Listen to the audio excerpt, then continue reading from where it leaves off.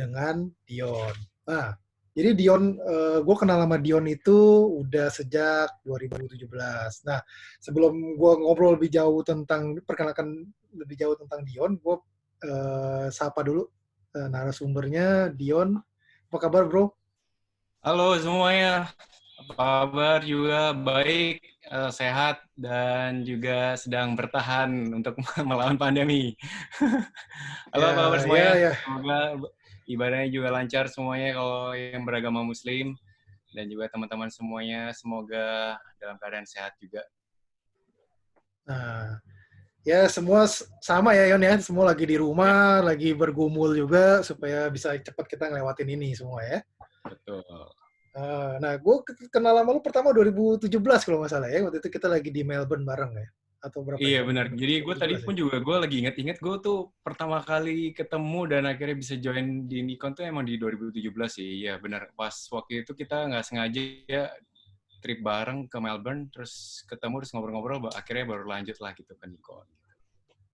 Waktu itu pas lagi Dion promo film Cek Toko Sebelah waktu itu di Melbourne ya. Iya, benar-benar. Nah, nah jadi gue jelasin dulu tentang event apa tentang program Nikon Podcast ini.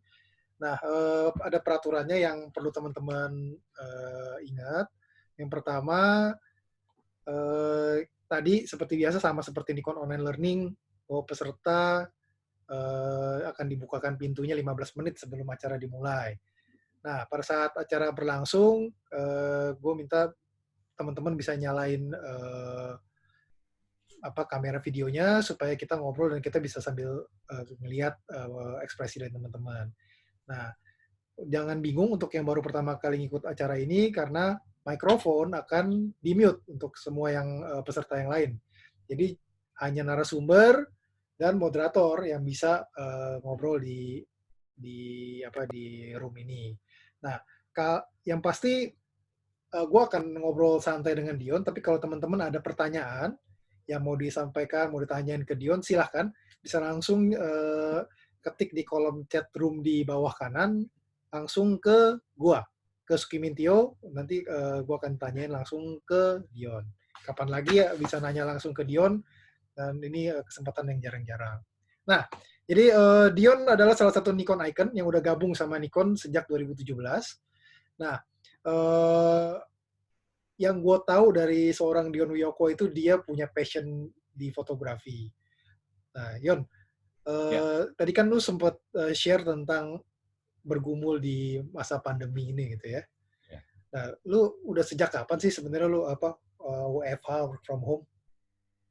Sebenarnya kalau buat pekerja seni nggak ada kata work from home sih. Jadi memang kita ini para pekerja seni pada saat pandemi COVID-19 ini memang ya semuanya diharuskan untuk ya di rumah aja gitu, nggak ada kerjaan. Jadi ya bener-bener ya gue sih cukup salut sih sama teman-teman yang memang sangat kreatif dan juga memanfaatkan kondisi saat ini pun juga tetap mau berkarya, terus juga membuat satu ide baru juga yang brilian gitu dan juga membuat suatu gerakan. Tapi ya memang nggak semua orang bisa mendapatkan ataupun punya pemikiran yang sama gitu ya. Cuman kalau gue sekarang saat ini memang udah hampir 2 bulan gue nggak bekerja, terus gue juga masih bertahan untuk uh, bisa apa ya waras lah, dalam keadaan waras itu tuh juga penting ya, karena udah 2 bulan mengalami hal yang bertubi-tubi selalu sama itu tuh juga yang paling penting adalah memikirkan kesehatan juga, terus juga harus bertahan dalam kondisi apapun itu gitu. Dan ya saat ini sih memang kita semua dalam kondisi prihatin. Gue tahu pasti di luar sana lebih banyak lagi dan juga teman-teman saudara-saudara kita semua yang lebih membutuhkan bantuan gitu. Jadi untuk saat ini sih meskipun kondisi gue sekarang seperti ini, tapi gue tetap bisa bersyukur gue masih bisa di rumah, gue masih bisa sehat dan gue bisa masih bertemu dengan kalian. Ini perdana nih gue bisa keluar dunia maya lah ya gitu ya, jadi bisa menyapa teman-teman semuanya itu perdana banget dan gue bersyukur banget gue bisa diajak sama Nikon dan juga Gimin dan teman-teman dari tim Nikon yang bisa seenggaknya bersosialisasi lah secara virtual gitu. Bener, gue sih waktu awal-awal sempat kepikiran untuk bikin Nikon Online Learning ini waktu yang di bulan Hmm. April itu, kan sebelumnya kita ada meeting dulu Yon sama para Nikon official. Ya. Nah itu kan padahal kayaknya baru 2 minggu waktu itu kita mulai WFH. Itu aja senengnya bukan main tuh. Karena benar-benar biasa di rumah nggak ngapa-ngapain tuh selalu bisa ngobrol sama official. Waduh, seneng banget. Apalagi kalau lu bilang tadi udah 2 bulan, ya Nah, kan? makanya itu. Ya. Nah terus lu ngapain aja selama lu 2 bulan ini nih?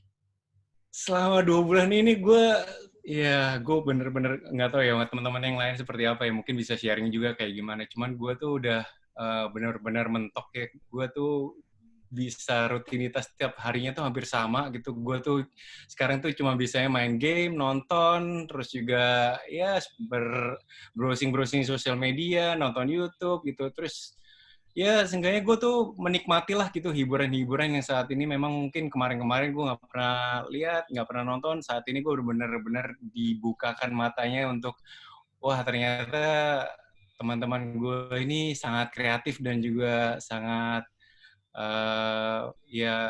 talented lah gitu untuk membuat satu ide baru gitu pada saat kondisi yang terpaksa seperti kayak gini gitu. Jadi Nah gue kan tuh sebenarnya ya gimana? ya jadi selain gue cuman main game terus juga tidur ya rebahan ya apa tuh tim rebahan kayak gitu, terus juga nonton, tapi ya kadang-kadang gue pun juga masih ngerjain beberapa kerjaan side job lah gitu. Misalnya kan gue ada usaha bareng sama istri, jadi gue masih istilahnya fotoin produk gitu. Jadi setidaknya masih ada kesibukan aktivitas sedikit lah gitu di luar rutinitas gue yang sangat tidak berfaedah itu pokoknya. Nah, lu cerita dong, itu lu side job sama istri itu ngapain tuh?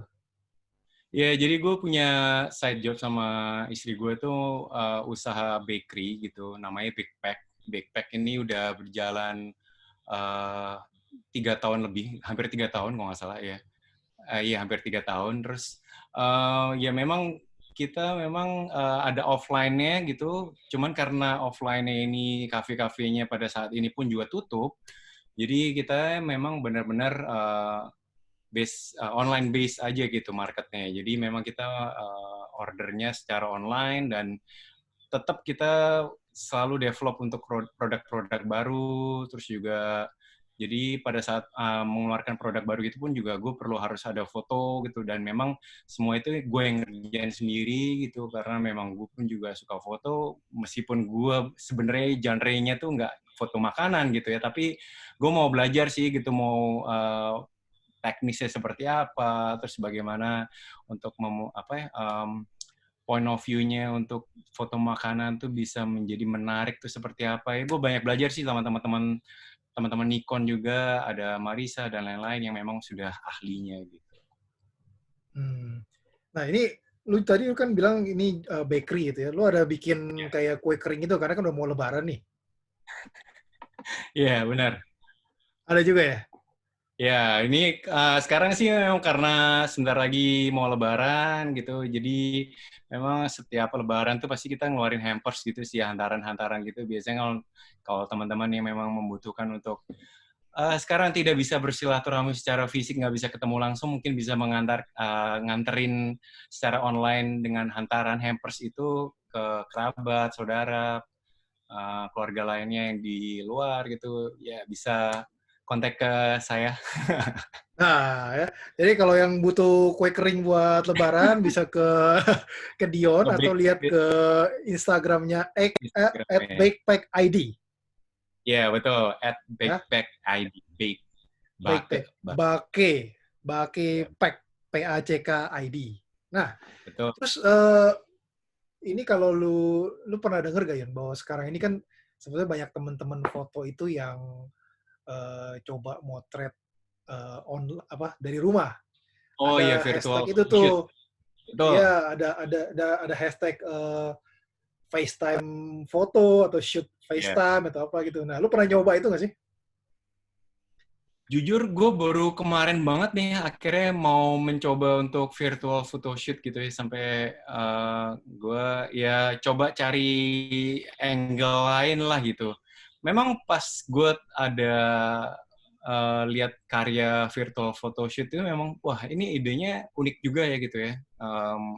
Bisa foto dengan secara virtual tuh menurut gue menarik gitu. Selain ini memang membuat kita tetap harus kreatif dan berkarya gitu ya. Dan ya memang gue saat itu sih gue belum punya eager untuk mau melakukan itu gitu ya. Tapi sampai akhirnya memang ada dorongan-dorongan dari teman, terus juga ada klien juga yang membuat itu untuk ayo dong bikin dong gitu. Nah akhirnya gue baru banget kemarin gue mencoba untuk gimana ya dapetin angle lain. Memang temanya sama virtual photoshoot tapi hasil dan juga temanya tuh agak sedikit berbeda lah gitu. Nah gue masih mau develop itu sih, mudah-mudahan sih dalam waktu dekat bisa kalian nikmatin lah hasilnya gitu. Mudah-mudahan Nah, sih berhasil ya. nah Tapi ya yang namanya ditunggu, nyoba ditunggu. gitu kan, ditunggu. Ya. Nah, kalau lu boleh cerita kesibukan lu nih sebelum Ya. sebelum terjadi pandemi corona ini, lu lagi sibuk apa sih, ya? Gue itu benar-benar baru pulang trip itu tanggal 4 Maret. 5 Maret, 5 Maret. 5 Maret 2020 kemarin itu. Gue tuh baru pulang dari Sulawesi Selatan. Dan memang pada saat itu sebenarnya memang udah wabah corona tuh udah cukup rame ya. Tapi di Indonesia um, baru mau mulai. Nah, memang waktu itu kita pun juga waktu trip itu pun juga udah lumayan harus berhati-hati gitu ya untuk istilahnya tuh sering cuci tangan, terus untuk masalah kebersihan dan lain-lain gitu. Dan ya itu setelah trip itu ya itu baru dinyatakan statusnya pandemi sampai akhirnya ya memang pekerjaan semuanya dibatalkan, dipending dan ya sampai waktu yang belum ditentukan gitu. Jadi sampai saat ini pun juga masih menunggu dan ya yang penting sih optimis gitu. Jadi terakhir sih gue ya 5 Maret itu tuh. Gitu. 5 Maret ya. Iya. Yeah. Nah, ini kan kita kan semua pada saat gue kepikiran untuk ngajak lu ngobrol di acara Nikon ini, gue pengen inspire orang, jadi para pendengar kita nih bisa denger kisah dari lu nih, Yon. Nah, lu kan bisa dibilang salah satu aktor di Indonesia yang cukup sukses. Film-film lu banyak yang jadi ngehits gitu ya. Contohnya yang gue tonton bareng sama lu itu kan yang si Cek Toko Sebelah itu kan juga ngehits gitu kan. Setelah itu ada main film-film lain lagi. Nah, sebenarnya awal-awalnya lu waktu pertama sekali deh, lu bisa masuk ke dunia entertainment itu gimana? Apakah lu diceburin atau lu nggak sengaja atau apa? Sebenarnya sih klise sih. Jadi memang gue tuh dulu tuh disuruh teman sama saudara tuh untuk ikutan modeling gitu. Akhirnya gue ikutan lah kompetisi model 2003 di dulu tuh majalah-majalah Aneka pasti tau lah Aneka Yes gitu kan. Nah sampai akhirnya gue tuh menang lah kompetisi itu. Nah dari situ tuh baru gue mulai mencoba untuk casting. Terus akhirnya gue ikutan agency modeling. Terus ya memang perjalanan prosesnya itu cukup panjang sih gitu. Dari Itu tahun 2003 tuh berapa tuh mulai itu? 2003. 2003 2003 itu tapi sampai akhirnya itu gue bener-bener dapet peran ya yang memang bener-bener istilahnya itu supporting actor lah gitu ya. Gue bisa dapetin peran yang cukup besar tuh di 2008. Jadi gue cukup ya istilahnya apa ya banting tulang banget lah gitu untuk ngedapetin posisi sampai akhirnya gue mendapatkan peran itu tuh cukup lama prosesnya gitu. Jadi gue pun juga pernah jadi figuran, pernah jadi extras. Terus dalam perjalanan itu pun gue sempat mau kerja di bank swasta juga. Terus gue pun sempat nyobain kerja di event organizer, di wedding organizer gitu. Sampai akhirnya memang mungkin udah jalan hidup gue, jalan karir gue memang udah diarahkan untuk memang gue harus di dunia entertainment ini sampai saat ini puji Tuhan ya gue masih bisa menjadi aktor. Nah, di tengah-tengah perjalanan lu dari 2003 sampai lu dapat peran di 2008 itu kan 5 tahun itu kan cukup lama ya, Nek. Yeah. Nah, terus lu bilang lu sempat ada mau kerja di kantoran, ada apa. Nah, terus apa yang bikin lu, oke, gue mau balik lagi ke dunia entertainment, pokoknya gue bakal fokus aja di sini gitu. Ya, memang jatuh bangun pada saat gue mengalami perjuangan itu emang berat banget sih gitu. Dan gue ngerasa kayak gue butuh dorongan, motivasi, semangat gitu. Ya memang gak gampang sih. Tapi memang pada saat gue dijalanin banyak penolakan-penolakan itu yang akhirnya gue memotivasi diri gue sendiri bahwa gue tuh harus bisa untuk mencapai apa yang impian gue yang selama ini gue udah mimpi-mimpikan gitu kan.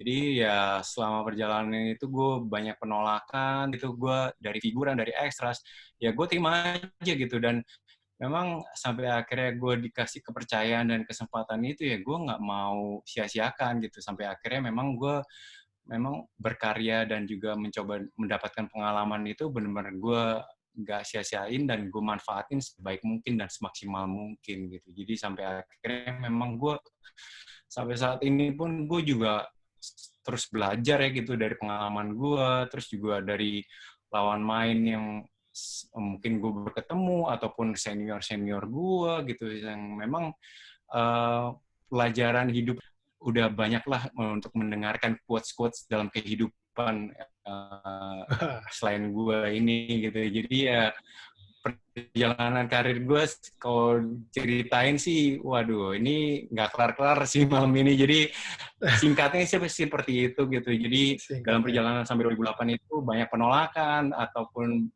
nyobain karir sana sini yang memang karena memang pada saat itu gue pun juga dalam kondisi yang ya pas-pasan banget lah gitu. Jadi gue ingin mencoba dan mencoba. Hmm. Terus di 2008 film apa Yon pertama yang lu dapat peran Yon? Waktu itu 2008 tuh gue dapetin sinetron sih awalnya gitu. Sampai akhirnya setelah sinetron gue cuman sebulan itu udah selesai dapet film. Film gue pertama itu film horor, namanya itu kok gue lupa ya. uh, Tusuk rong, oh gue lupa ya judulnya. Gue lagi skip kalau pokoknya gue ingetnya tuh film Oke. horor aja gitu dulu tuh. Gitu. Film pertama gue gitu. Saat itu baru tuh film Serigala Terakhir, film kedua gue. Jadi istilahnya tuh gue punya banyak genre yang dari horor, drama, action juga pernah gitu. Hmm. Terus lu apa ada spesialisasi nggak lu? Sebenarnya lu lebih prefer ke genre apa sih di film gitu? Sebenarnya sih aktor itu nggak boleh nggak boleh memilih satu genre aja ataupun satu peran itu aja gitu. Itu anti banget dan dilarang lah untuk sebagai aktor karena kewajibannya aktor ya harus selalu eksplorasi gitu untuk selalu mengembangkan diri karakter juga bagaimana bisa berkarya untuk mendapatkan peran-peran yang berbeda di setiap karyanya gitu. Jadi gue pun juga nggak pernah mengkotakkan kalau gue itu adalah aktor khusus untuk drama aja gitu, nggak gitu. Terus gue harus sebagai aktor yang biopic doang gitu. Ya memang gue belakangan ini cukup banyak dapat kesempatan untuk menjadi aktor peran-peran dalam film biopic gitu, berdasarkan kisah nyata gitu. Tapi bukan berarti gue mengkhususkan di genre yang itu gitu. Cuman memang kebetulan aja peran gue, fisik dan juga karakter gue tuh cocok untuk memerankan peran itu gitu. Tapi gue sih sebagai aktor gue sangat terbuka sekali sih dengan peran-peran yang memang ya mungkin kedepannya gue belum memerankan karakter-karakter yang mungkin menurut gue ekstrim dan juga unik. Gue pasti dengan senang hati banget sih pengen tertantang lagi gitu untuk memerankannya gitu. Nah ini gue ingetin buat teman-teman yang mau nanya, boleh langsung diketik di kolom chat room ya. Ini gue sambil tanyain satu pertanyaan, Yon. Ya. Dari Fajar ASM. Apa yang membuat seorang Dion itu tertarik sama dunia fotografi? Sama sekali gue nyambung sama pertanyaan gue.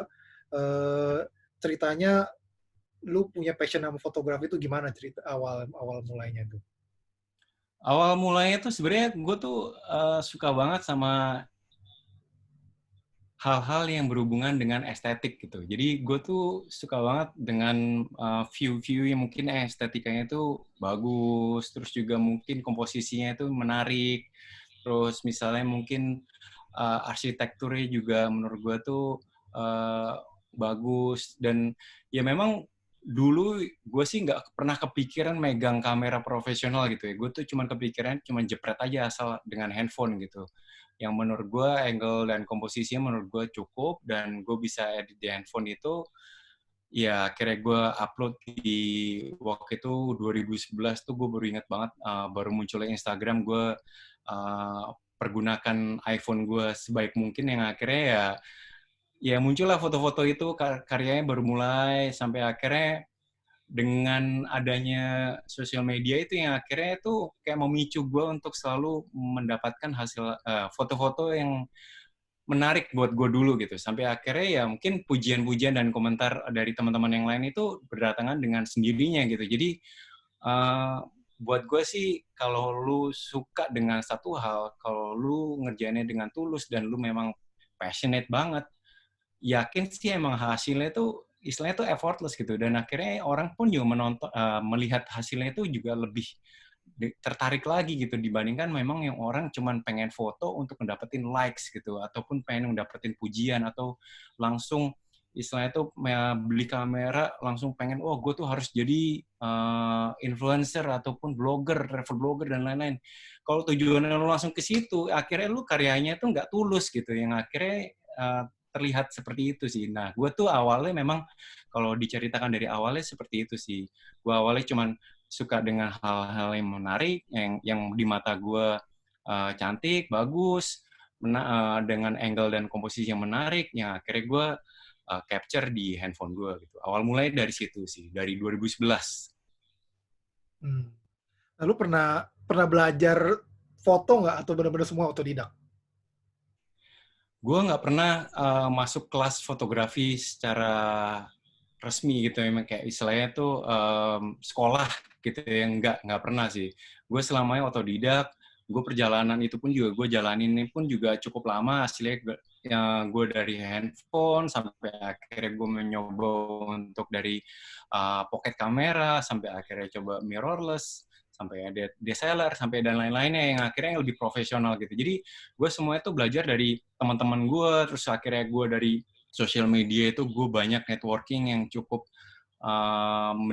gue bisa ngedapetin ilmu-ilmu dari sosial media itu gitu. Istilahnya tuh gue banyak teman fotografer juga yang akhirnya gue bisa tanyain masalah teknisnya, terus juga gue bisa lihat gimana cara editing dengan misalnya software Lightroom gitu, istilahnya dari YouTube gitu. Jadi semua itu gue dapetin dari otodidak sih gitu keseluruhannya gitu. Nah, terus kalau dibilang tadi aktor kan nggak boleh milih genre. Kalau foto apa nih genre favorit lu? Nah ini juga gue tuh kalau untuk masalah fotografi ya, gue tuh sebenarnya kalau bisa kalian lihat di feeds Instagram gue tuh kurang konsisten sih sebenarnya untuk masalah genre gitu ya. Gue tuh memang karena gue suka traveling, gue akhirnya memang kebanyakan foto-foto gue bergenre landscape gitu. Tapi nggak menutup kemungkinan gue tuh juga suka semi-semi jurnalis gitu. Gue tuh suka human interest, terus juga suka street photography. Terus gue pun juga suka arsitektur, terus juga suka komposisi. Dan ya istilahnya berhubungan dengan kerjaan gue bersama istri gue juga, gue suka fotoin makanan juga. Ya memang gue awalnya nggak tertarik, tapi akhirnya mengharuskan karena bagian dari kerjaan gue juga gitu. Jadi sebenarnya kalau misalnya gue suruh ngomong genre yang paling bener-bener gue passionate banget, memang human interest sih. Itu nomor satu gitu. Gue suka banget semi jurnalis. Kedua memang landscape, gue juga suka karena memang gue suka traveling gitu. Pasti gue pengen mengabadikan perjalanan traveling gue tuh dengan foto gitu. Dua Nah, itu ini sih memang yang gue bacain pertanyaan dari Elia Fernando. Nah, yeah. dia nanya, lu gimana caranya spare waktu, Yon, di tengah, misalkan lu lagi syuting gitu ya, lu pergi, tadi kan lu bilang lu banyak traveling dan lu suka untuk mengabadikan traveling lu itu, gimana caranya lu spare waktunya pada saat itu? Nah, ini juga mungkin rahasia yang mungkin kalian belum pernah tahu kalau nggak traveling bareng sama gue. Percaya nggak percaya, gue tuh hampir setiap gue keluar rumah itu selalu bawa kamera gitu. terlebih kalau misalnya, apalagi kalau misalnya kerjaan gue lagi keluar kota gitu, pasti gue syuting di luar kota, gue selalu tentengan backpack gue tuh selalu ada kameranya gitu. Sama Barang, tumbler kopi. iya benar, benar. Itu penting itu, biar mata melek.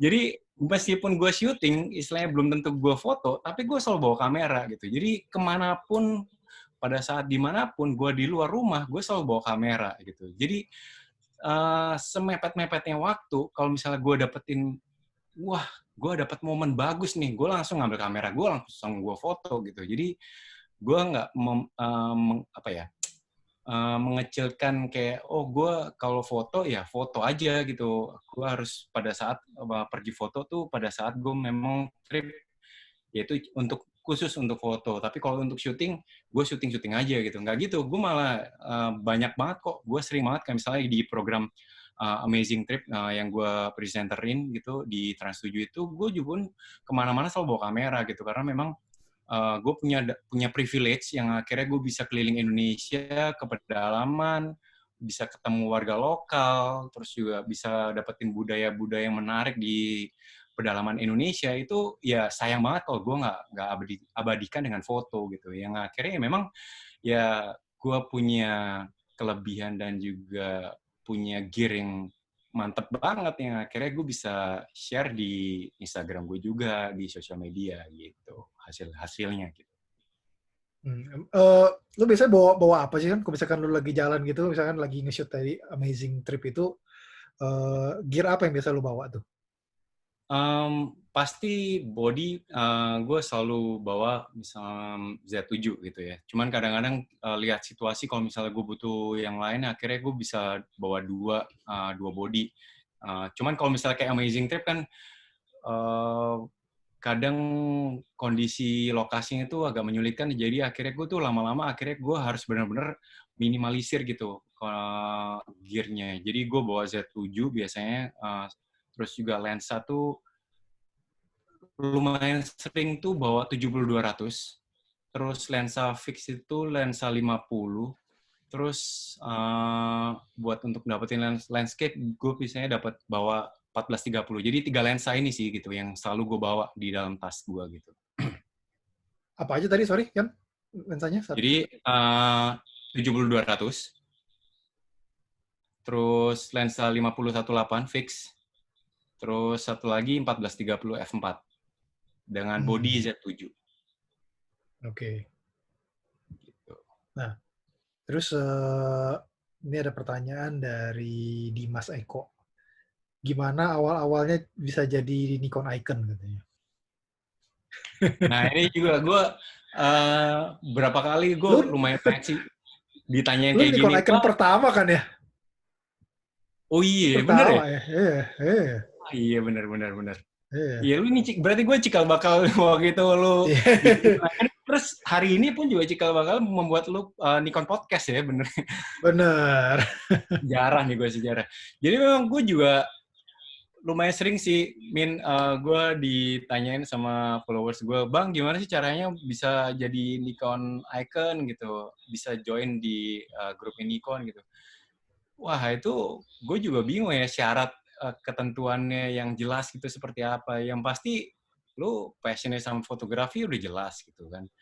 Terus ya untuk masalah hal-hal lainnya yang memang mempengaruhi gimana gue bisa terpilih jadi Nikon Icon ya sebenarnya sih coba Bapak Sukimin bisa dijelaskan ke teman-teman yang di Zoom ini seperti apa gitu kan. Ya ini sambil ngejelasin lah ya, apa kan di Nikon ini kan ada 3 jenis ambasadornya sebetulnya. Nah, jadi ada satu Nikon Official Photographer.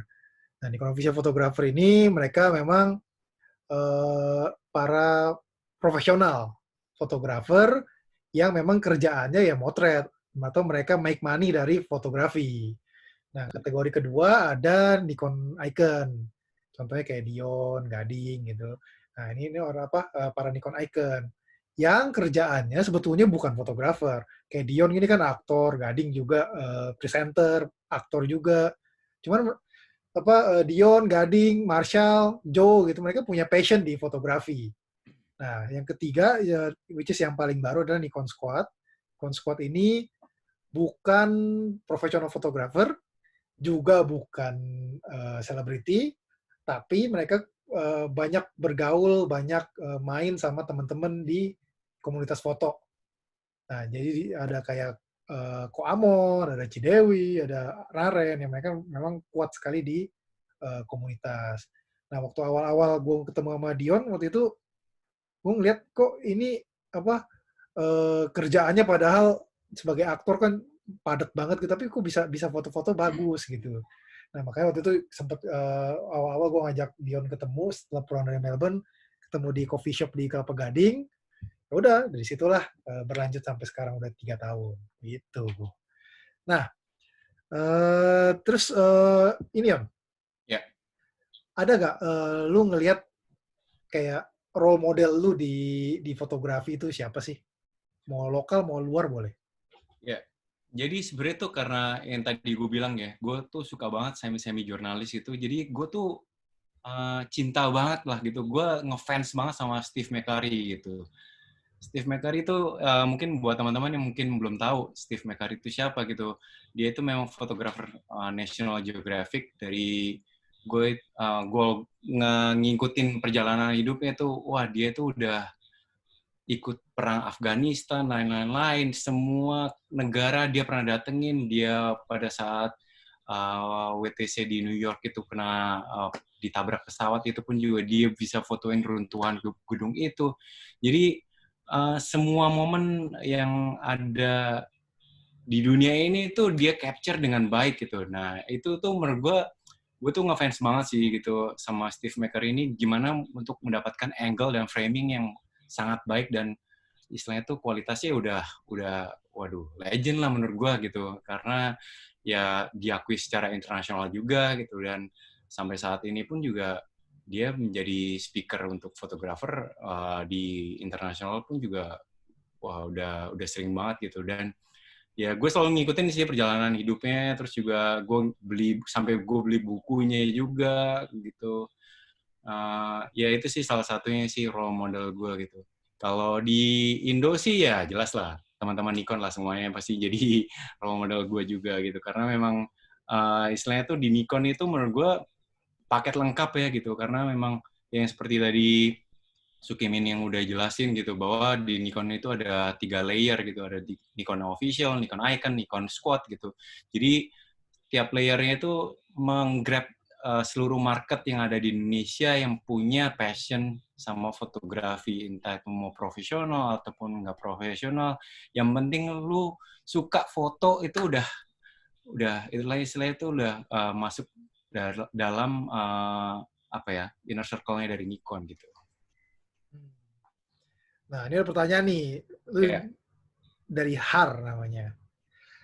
Lu lebih milih, kalau milih nih, aktor atau fotografer? Aduh, berat nih bos. Gini, gue jelasin ya. Kalau gue nggak bisa pilih salah satu, jelas memang. Sebenarnya kalau gue ngomong passionate, gue dua-duanya gue passionate gitu. Sama acting gue passionate, terus juga gue foto pun juga gue passionate. Tapi memang pada saat ini penghasilan utama gue ya memang sebagai aktor gitu. Tapi nggak menutup kemungkinan, mungkin nanti suatu saat gue benar-benar diapresiasi hasil-hasil karya gue dari fotografi yang akhirnya mendapatkan penghasilan yang cukup mencukupi gitu ya. Itu nggak menutup kemungkinan. Cuman kalau disuruh milih, gue berat sih gitu untuk masalah aktor dan fotografi gitu. Berat sih. Sorry men, gue nggak bisa menjawab Hmm. salah satunya. Iya, iya, iya. Kan kemarin kan sempat gue denger kan katanya tahun 2019 kemarin kan lu sempat mau mau masuk ke wedding atau pre-wed tuh. Itu sempat jadi Oh, jalan nggak sih? nah itu dia tuh. Memang niat cukup besar ya, tapi memang usaha itu harus dilakukan sekecil apapun gitu. Tapi ya itu, gue tuh waktu itu udah sempet nyoba gitu. Gue cari model couple gitu yang gue fotoin, terus akhirnya gue mencoba untuk ditantang sama teman gue yang memang si Benny Lim yang wedding photographer yang udah cukup lama, yang akhirnya ayo kita bikin kolaborasi apa gitu tentang wedding photographer gitu. Cuman memang nggak tahu gimana tuh gue setelah mencoba beberapa kali, gue tuh memang belum sampai ke situ banget lah gitu, belum tertarik banget gitu. Ya tapi gue tetap mencoba gitu. Ya mungkin kesempatannya belum besar lah, belum dapet, ataupun mungkin karena guanya aja belum ngoyo sih gitu. Jadi waktu itu gue belum seriusin, ya memang sampai saat ini pun juga gue belum ada niatan sampai benar-benar serius. Tapi memang gue ada beberapa kali sih gitu. Kayak teman gue mau merit, gue akhirnya gue yang fotoin, gue istilahnya tuh gue menawarkan diri untuk gue foto gitu, dan teman gue pun juga mempercayakan, oh dia suka juga sama hasilnya gitu. Jadi ya istilahnya tuh iseng-iseng, tapi yang penting nyenengin sama satu sama lain lah gitu. Jadi kalau untuk secara profesional sih belum sih gitu. Belum ya? Belum. Nah, terus ini, kan tahun lalu juga lu ada ngejalanin satu project pribadi lu yang menurut gua sangat spektakuler menurut gua. Karena lu pergi ke tempat yang mungkin 90% lebih orang di room ini belum pernah kepikiran mau ke sana. Lu pernah pergi ke Kutub Utara ya, kalau nggak salah ya? Ya, Arktik. Arktik, Kutub Utara tuh. Nah, gue ngebayanginnya aja udah ngilu tuh, dinginnya kayak apa tuh. Nah, lu boleh cerita nggak, kenapa lu kepikiran ke sana, terus lu ngapain di sana, terus ada output apa setelah lu pulang dari sana? Nah, itu pun juga gue entah gimana ya, lu ngajakin gue untuk bikin podcast hari ini. Itu pun juga gue baru ngepost tadi sore tuh, gue baru ingat bahwa setahun lalu persis itu gue tuh lagi di kapal di lautan Arktik. Itu bener-bener pas lagi trip gue tahun lalu gitu. Dan Oh, ya memang exactly hari ini? iya, jadi Hmm. tanggal 28 ini gue udah di lautan gitu. Gue lagi terombang-ambing badai lautan Arktik itulah gitu. Selama 10 hari gitu. Jadi memang plannya tahun lalu itu gue tuh udah pikirkan dari 2018. Jadi memang ada beberapa fotografer Eropa yang mereka kayak nge-host bareng gitu, bikin satu trip wildlife in Arctic gitu. Jadi memang mereka membuka open trip ini gitu untuk seluruh dunia gitu, yang akhirnya kita terkumpul ada 11 orang datang ke Svalbard. Svalbard itu negara bagian masih termasuk dari negara Norway gitu. Nah, negara Svalbard ini kenapa menjadi terkenal banget untuk ekspedisi Arktik, karena memang kalian kalau ingin menemukan ataupun melihat langsung polar bear, itu paling banyak potensinya itu di Arktik gitu. Kalau penguin di Antartika, di Kutub Selatan. Nah, jadi memang karena menurut gue itu perjalanan yang sangat luar biasa, terus akhirnya gue juga bisa ketemu fotografer-fotografer yang memang gue juga cukup ngefans juga gitu, dari Eropa, yang akhirnya gue memberanikan diri untuk gimana caranya gue bisa berangkat trip ini yang sangat mahal, tapi gue bisa tanpa mengeluarkan modal ataupun biaya sedikit mungkin gitu. Nah, ya akhirnya gue mencoba untuk bikin proposal, gue akhirnya pitching ke klien, gue menyodorkan sponsorship gitu. Ya, puji Tuhan Nikon pun juga bersedia untuk meminjamkan gear-nya yang luar biasa gitu. Dan akhirnya gue puji Tuhannya akhirnya dikasih jalan, akhirnya gue bisa berangkat, 10 hari itu gue di kapal, gue bisa ngedapetin banyak banget, puluhan ribu, gue hitung tuh terakhir gue pulang itu 15.000 foto, terus video itu gue kalau nggak salah 150 giga. Itu gede banget lah file gue tuh waktu itu. Gue tuh benar-benar spare file, terus juga kamera pun juga, wah gitu. Gue tuh tentengan gue luar biasa. Gue pergi sendiri. Gue inget banget ya, gue bawa D850, Z7, dua body ini. Terus gue bawa lensa 180-400 TC 1,4, bener kan ya? Nah, itu kalau teman-teman nggak pernah lihat lensa 180-400 TC 1,4 yang bisa jadi convert jadi 550, itu gedenya itu satu koper cabin. Itu gede banget. Gue jadi bawa satu koper cabin itu cuman buat bawa si lensa itu. Gede banget dan berat banget. Selain itu, lensa itu gue bawa 70-200, terus gue bawa 14-24-nya AFS. Bener ya? Ya. Iya, benar. Sama lensa fix 35. Jadi gue bawa berapa lensa tuh? 4 lensa. 4 lensa. Plus drone. Jadi, wah itu berat banget. Dan itu semuanya gue kerjain sendiri. Gue istilahnya tuh tangan kanan gue foto, tangan kiri gue video.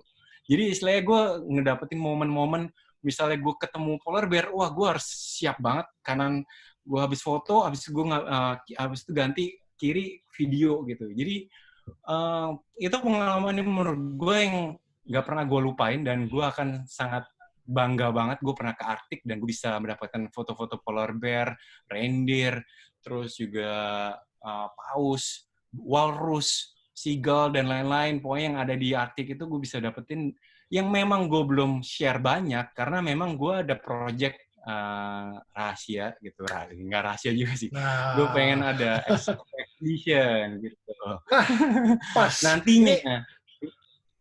Ini sesuatu yang bakalan gue bahas juga sama lu nanti. Yeah. Karena ada pertanyaan yang nyambung sebetulnya Yeah. tentang project itu. Nah, tadi kan lu, oke deh sebelum sampai lebih dalam nih. Kalau gue sih penasaran, karena gue nggak kepikiran bisa nyampe ke Kutub Utara itu kalau dari Jakarta tuh rutenya lewat mana sih? Lu waktu itu gimana perginya tuh rutenya? Jadi gue gitu transit 2 kali. Jadi gue transit Istanbul, Jakarta Istanbul, oh enggak 3 kali gue. Waktu itu karena gue ada problem lah masalah visa, akhirnya gue harus transit dari Istanbul ke Paris dulu, dari Paris baru ke Oslo gitu. Jadi gue 3 kali transitnya. Nah, dari Oslo itu baru terbang ke Svalbard. Svalbard itu yang negara bagiannya Norway itu, nama kotanya tuh Longyearbyen. Dan itu negara bagian tuh kecil banget gitu. Kotanya tuh kecil banget, cuma jalan kaki lu puterin aja udah kelar gitu lah pokoknya. Dan memang itu istilahnya tuh negara bagian itu lebih banyak tuh memang kalian berekspedisi dengan kapal gitu. Jadi ada pulau-pulau kecil gitu, banyak retakan-retakan es gitu yang akhirnya memang kalian harus muterin. Nanti habis ini kalau kalian lagi iseng nih, coba deh buka Google Maps, cari nama Svalbard. SVALBARD. Habis itu lu ngecek deh. Itu tuh bener-bener istilahnya negara bagian paling hampir setara sama Greenland gitu. Jadi hampir sedikit lagi tuh udah bener-bener ujungnya dunia bumi gitu. Nah, di situ tuh ya gue selama 10 hari itu gue ngejalanin di dalam kapal ekspedisi itu cuman istilahnya tuh ya ngobrol sama orang-orang yang dalam kapal, makan, terus foto, terus sharing lagi masalah untuk fotografi, dan ya perjalanan sih cukup panjang ya karena memang transitnya itu mungkin ngabisin 1 hari lebih lah gitu. Sampai akhirnya di Longyearbyen itu ketemu sama teman-teman yang lainnya, kumpul di sana, akhirnya baru berangkat ke kapal itu, perjalanan 10 hari di dalam kapal itu gitu. Kurang lebih sih gitu sih untuk mencapai ke Svalbard gitu. Nah, itu kan tadi lu bilang ini mahal nih perjalanan ini nih. Nah, ini rada-rada pengen tahu gua, berapa mahal sih sebenarnya kalau ikutan trip kayak gini? Jadi kalau misalnya kalian tertarik ya ikutan Arctic trip ini, itu sebenarnya tuh ada banyak agent-agent yang memang menawarkan trip Arctic ini pakai cruise, pakai kapal gede gitu yang kapasitasnya itu 150 penumpang lah, lebih gitu. Nah, itu Berarti kapal harganya bagus dong itu ya deh? kalau yang cruise tuh yang gede Kapal ya. bagus ya? Kalau punya gua itu kapal ekspedisi yang cukup lumayan kecil sih. Kalau dulunya itu sebenarnya kapal nelayan gitu. Kapal nelayan Swedish gitu yang Eropa itu sebenarnya dibilang kecil-kecil banget ya enggak gitu. Kapasitasnya sampai maksimal 25 orangan lah gitu. Tapi proper banget. Gua tidur sekamar berdua, terus ada kamar mandi yang masing-masing, terus makan pun juga proper banget gitu. Ya karena proper itu jadi mahal sih. Cuman yang istilahnya yang cruise itu aja itu tuh gua gitu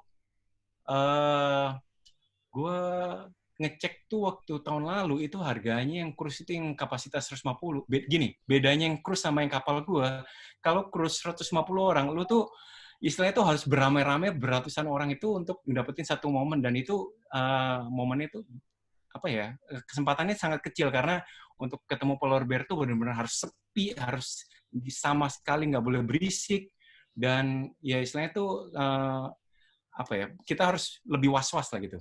Nah, kalau kapal gua karena kapasitasnya lebih kecil, jadi small group gitu untuk ngedeket bisa ngelihat polar bear tuh lebih lebih banyak lah kesempatannya gitu. Dan yang kurs itu harganya itu paketnya tuh starting dari 90-an.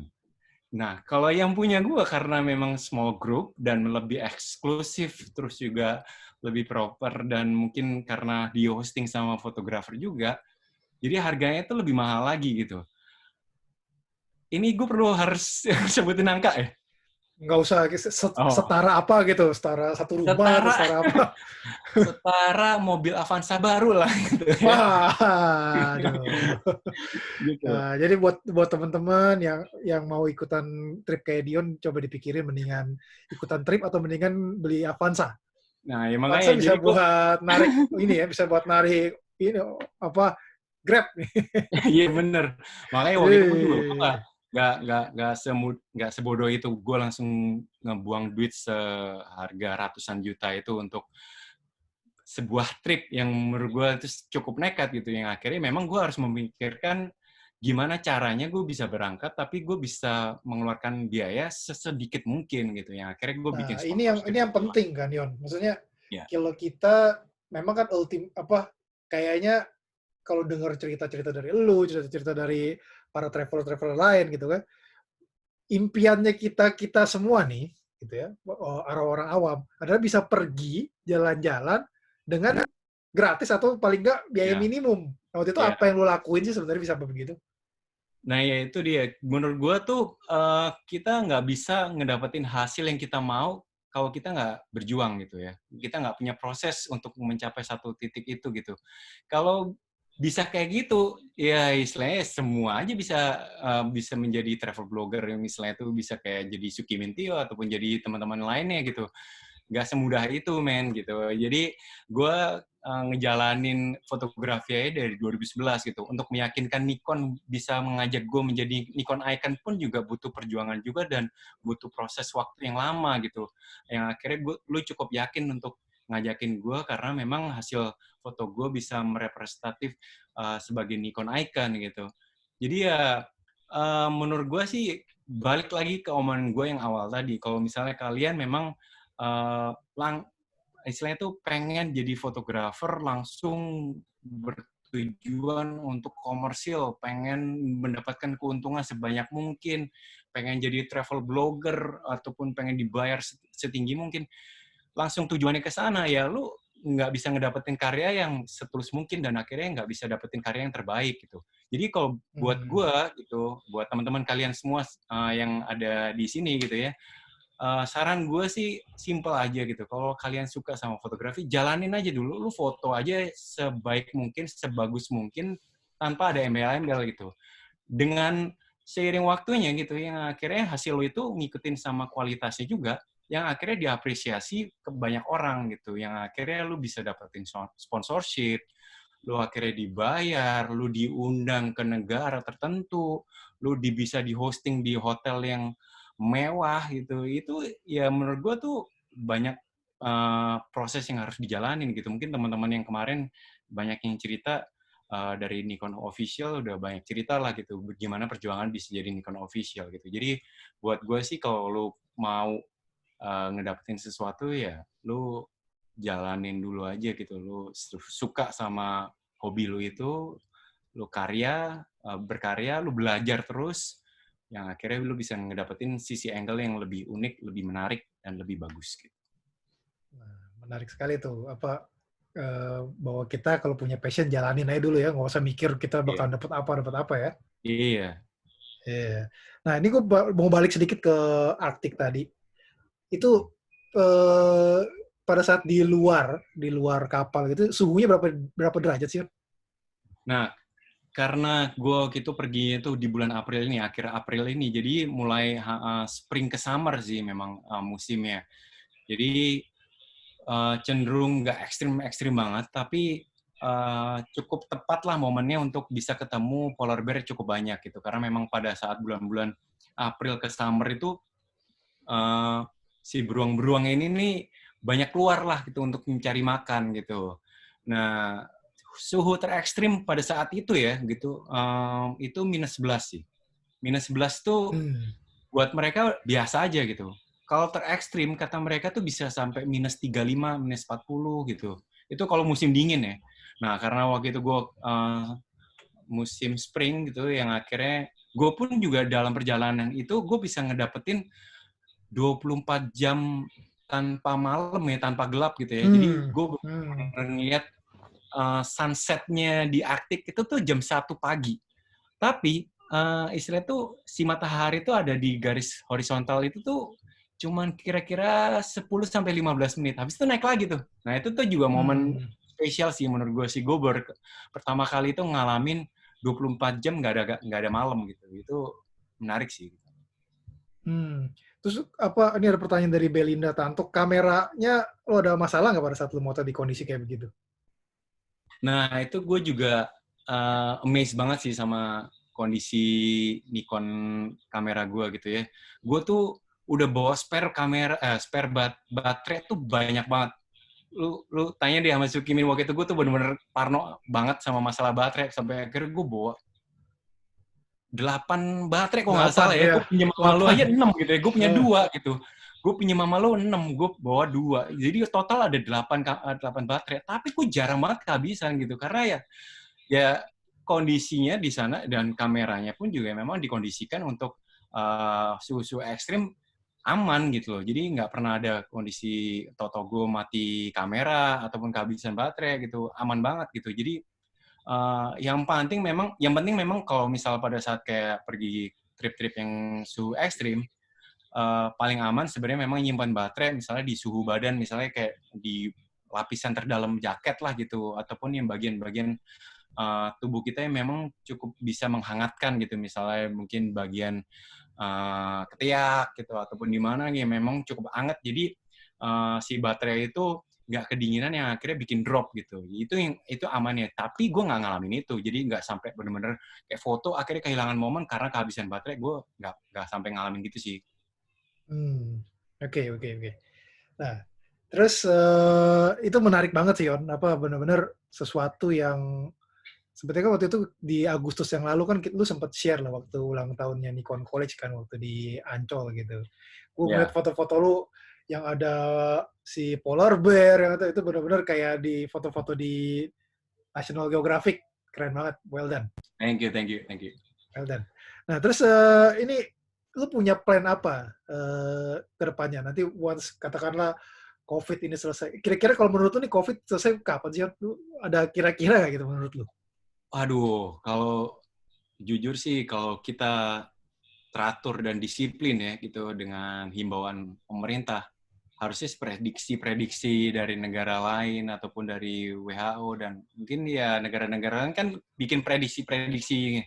Kalau misalnya kita bisa disiplin dan teratur sih mudah-mudahan ya Juni-Juli itu udah ringan. Ini kan sesuai dengan Presiden Jokowi kemarin kan memprediksikan istilahnya bulan Juli itu udah istilahnya kondisinya udah ringan banget lah gitu.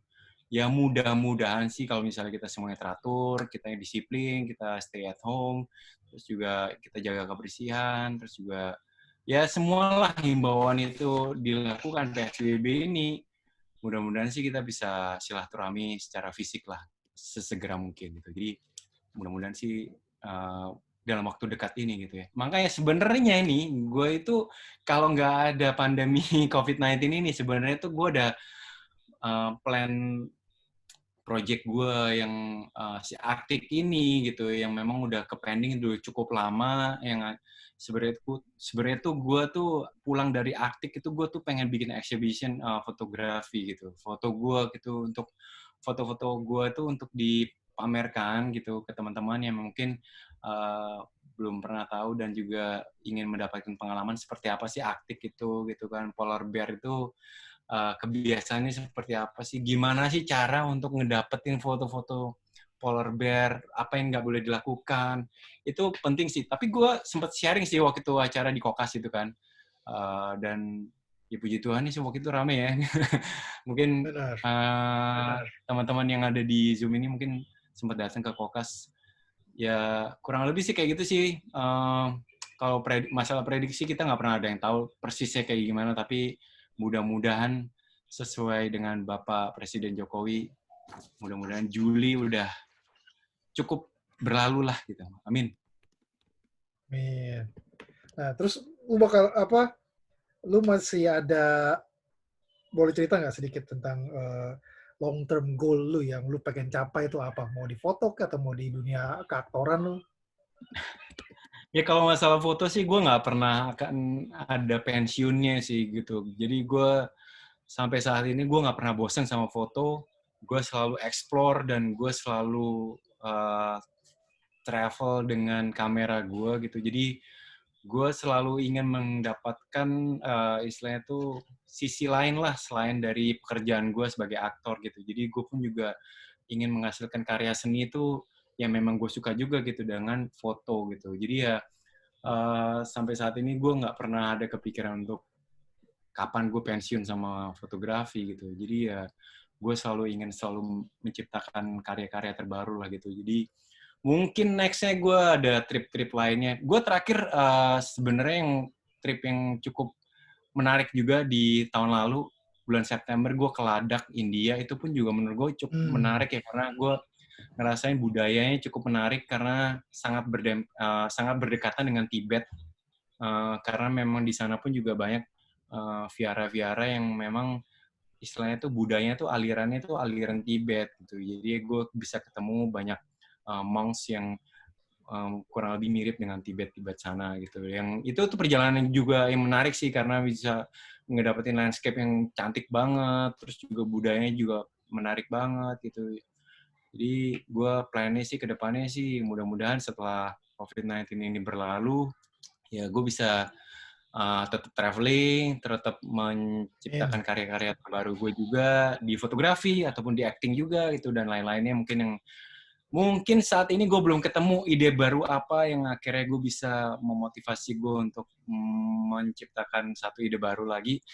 Mungkin tapi nanti besok mungkin gue bisa, akhirnya gue bisa selama 2 bulan gue bertapa di rumah, akhirnya gue menciptakan, wah ini yang gue selama ini gue tunggu-tunggu gitu. Nah, ini terakhir, Yon. Ya, Lu punya pesan nggak buat temen-temen nih, atau lu memotivasi teman-teman yang mau mulai motret? Apa kira-kira motivasi dari lu?